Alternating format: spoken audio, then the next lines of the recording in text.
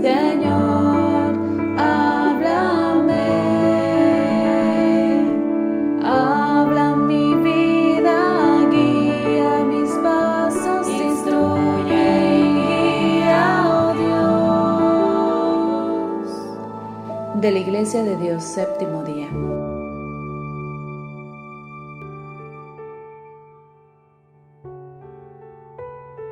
Mis apreciables hermanos, les saludo con gusto como siempre, paz a vosotros. El tema se llama, hermanos, señoras y señores, les presento a Dios y a Jesús.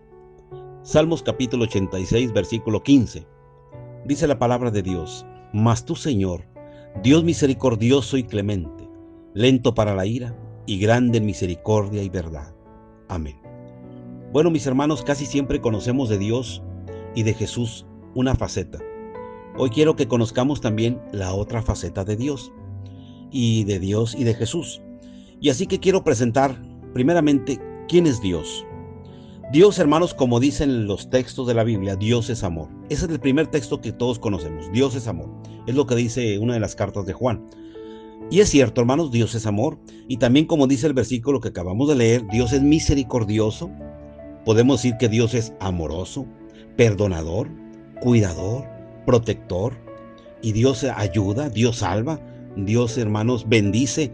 O sea que Dios es grande, Dios es poderoso. Tenemos ejemplos de cómo Dios salvó a Noé, ¿se acuerdan? El del diluvio, cómo Dios salvó a Noé, salvó a Lot y a sus hijas, sacó a su pueblo de Egipto de la esclavitud por más de 400 años, hizo el milagro, hermanos, de cruzar el mar en seco. Es más, los libró de muchos enemigos en el desierto, los cuidó en el desierto, que dice que 40 años, hermanos, Dios los cuidó y no se les terminó su ropa ni su zapato. Dios los alimentó, hermanos, con maná del cielo. Y también esto es una gran bendición porque ese es un Dios grande y misericordioso, como dice así, como dice la Biblia. Pero ahora vamos a ver la otra faceta de Dios. Que hay, como dice el texto, Dios es lento para la ira, o sea que Dios también se enoja, Dios también se aira. Y vamos a ver, hermanos, Dios, por ejemplo, se enojó cuando Adán y Eva pecó y los sacó y los expulsó del huerto. ¿Por qué no los dejó, pobrecitos? Mira, otra oportunidad. No, Dios los sacó y hasta puso allí una espada ahí. Dios, hermanos, castigó al mundo porque dice que el pecado era tan grande que Dios castigó al mundo y solamente salvó a Noé. ¿Cuántas personas estuvieron muriendo ahogadas? Imagínate la cara de esas personas angustiosamente muriéndose ahogadas y Dios observando y viéndolo, porque realmente no es que Dios estuviera gozando, pero Dios les advirtió. Dios les dijo que iba a haber un castigo si no se arrepentían. ¿Y qué sucedió? La gente no obedeció. Entonces Dios hizo justicia y Dios condenó al mundo, como dice la Biblia, hermanos. Entonces Dios, cuando se ira, también castiga fuertemente. Dios también, hermanos, ¿qué hace, por ejemplo, con el pueblo hebreo? Pues también lo castiga en el desierto, cuando hacen un becerro de oro. Dios mató a miles de personas, cuando hizo que la tierra se tragara a mucha gente, hermanos, que cuando se rebelaron contra Moisés y Aarón, miles de personas murieron por causa de rebelión en el desierto, mucha gente murió. Dios permitió que María, la hermana de Moisés, estuviera leprosa por un tiempo, por hablar en contra de su hermano Moisés. Hermanos, y así vemos cómo Dios también destruyó a Sodoma y Gomorra.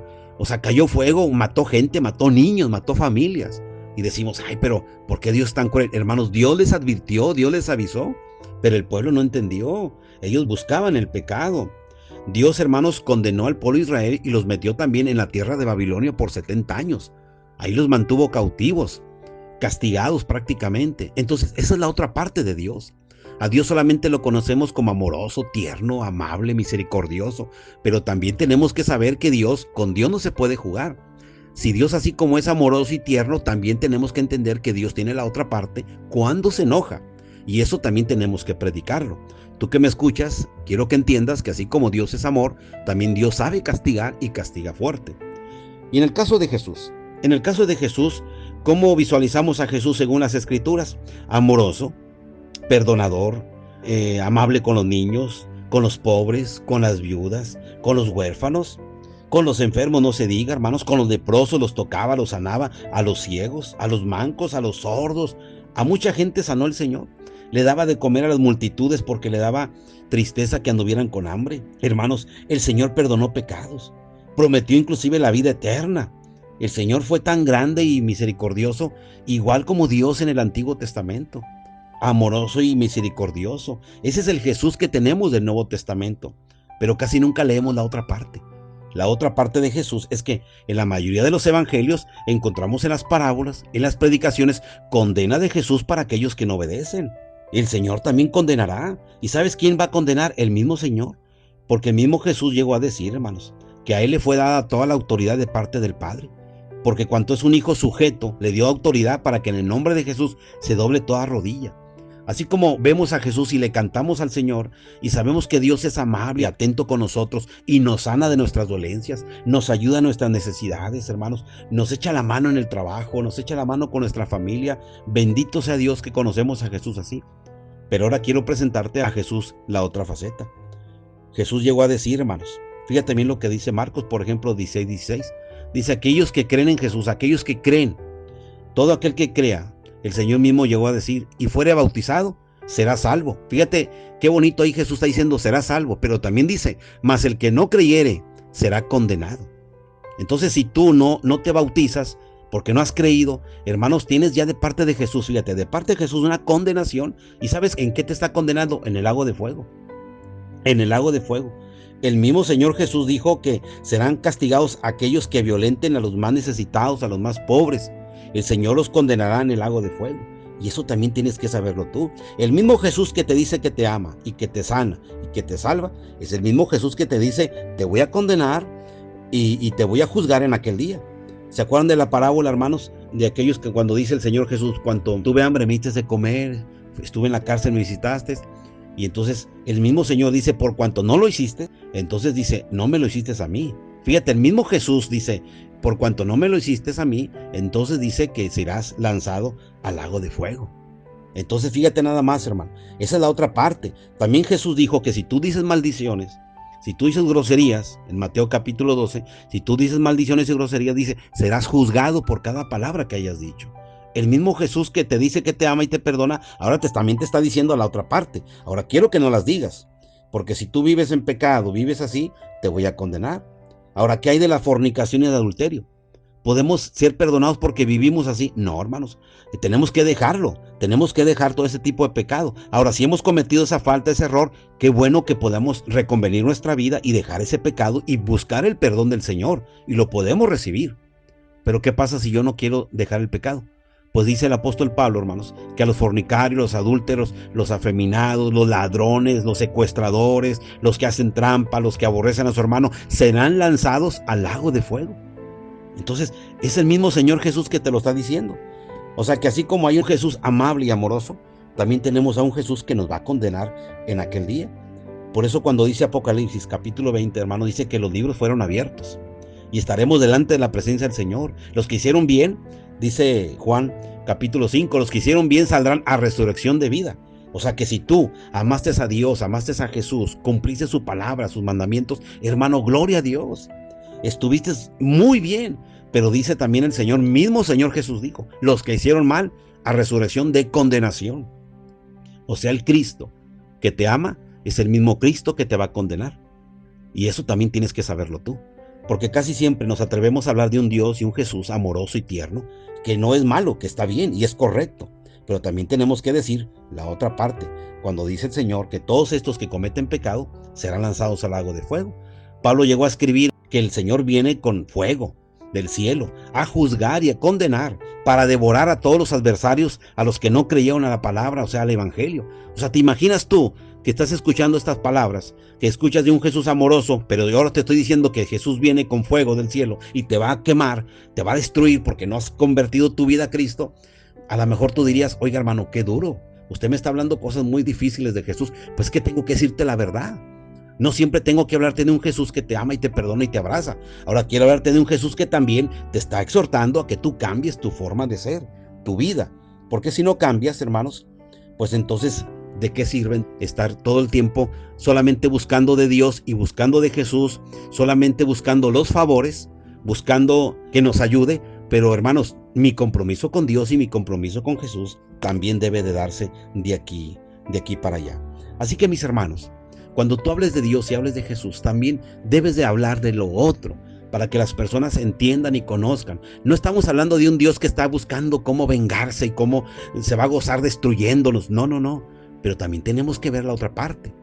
¿Cuántas veces no sucede en la casa? Por ejemplo, conocemos a la mamá amable, tranquila, y luego de repente la mamá le grita al niño o la amenaza con una chancla, que dices, ay, no te conocía, mamá, eso. Pues es que tienes que conocerlo. O el papá siempre amoroso y tierno, pero un día se enoja por algo que no aguantó y se levanta y se quita el cinto y te da un cintarazo y dices, ay, papá, pero yo no sabía que tú fueras así. Bueno, es que llegó un momento, hermanos, que tienes que conocer la otra cara. Porque si simplemente estamos conociendo una misma cara que siempre nos predican, pues nos están engañando, porque también tenemos que saber, y esto es bueno que lo sepamos, no para entrar en temor, ni en pánico, ni en miedo, sino también es bueno saber a qué nos estamos enfrentando en esta vida, porque Dios, hermanos, al que ama, dice su palabra, castiga. Dice Hebreos capítulo 12, verso 29, Dios es fuego consumidor. Fíjense, en las cartas de Juan dice que Dios es amor, y en Hebreos dice que Dios es fuego consumidor. O sea, ¿es amor o es fuego? Son las dos cosas, hermanos. Dios es amor, pero también es fuego. Y Cristo también, hermanos. Así como Cristo es amor, también Cristo es disciplina. Y lo va a hacer, hermanos, en aquel día. Entonces, hermanos, tenemos que decidirnos, amar a Dios y amar a Jesús y seguir adelante, obedeciendo su palabra. No podemos quedarnos toda la vida solamente recibiendo favores, buscando favores a cambio de ninguna conversión de mi parte. Quiero terminar con esta anécdota. Había un padre de familia que tenía un hijo. Y entonces este hijo se volvió desobediente cuando se hizo grande, cuando creció. Y entonces no estuvo de acuerdo en la disciplina de su padre que le aplicaba. Y decidió irse y se fue lejos, a otra ciudad. Y entonces perdió contacto de su padre. Y este hombre anduvo de vagabundo por 18 años. Se dice que no encontraba trabajo, nadie le daba trabajo y le fue tan mal que vivía en la calle como pordiosero. Y comía de la basura y buscaba siempre alguna moneda para poder comer. Pues un día vio a un hombre de espaldas y como tenía tanta necesidad fue y le tocó el hombro. Aquel hombre le dice, Señor, ¿me puede regalar una moneda, por favor, porque tengo hambre? Cuando aquel hombre se volteó, era su padre. El hijo lo reconoció inmediatamente y le gritó, papá, eres tú. Y el padre, al verlo, hermanos, abrazó a su hijo, lo besó grandemente y le dijo, hijo, te he estado buscando por estos 18 años y mira cómo estás. Y entonces el hijo le dice al padre, papá, pero mira cómo soy. Dijo, no, tú sigues siendo mi hijo, solamente espero que te quieras venir conmigo y todas las bendiciones que tengo, todas mis riquezas son tuyas y son para ti solamente, pero necesitas venirte a mi casa. Y aquel hijo tomó la decisión, hermanos, de regresar con el padre, porque de esa manera tenía todas las bendiciones. Muchas personas prefieren buscar solamente las dádivas de Dios. El ahí se va, ahí como vaya cayendo el momento, el día. Hermano, no solamente busques esporádicamente bendiciones de Dios y de Jesús. Yo te recomendaría que busques todas las bendiciones de Dios y de Jesús, que las tienen para ti. Pero el único requisito es que le obedezcas y le sigas. Que Dios te bendiga. Pasa voz.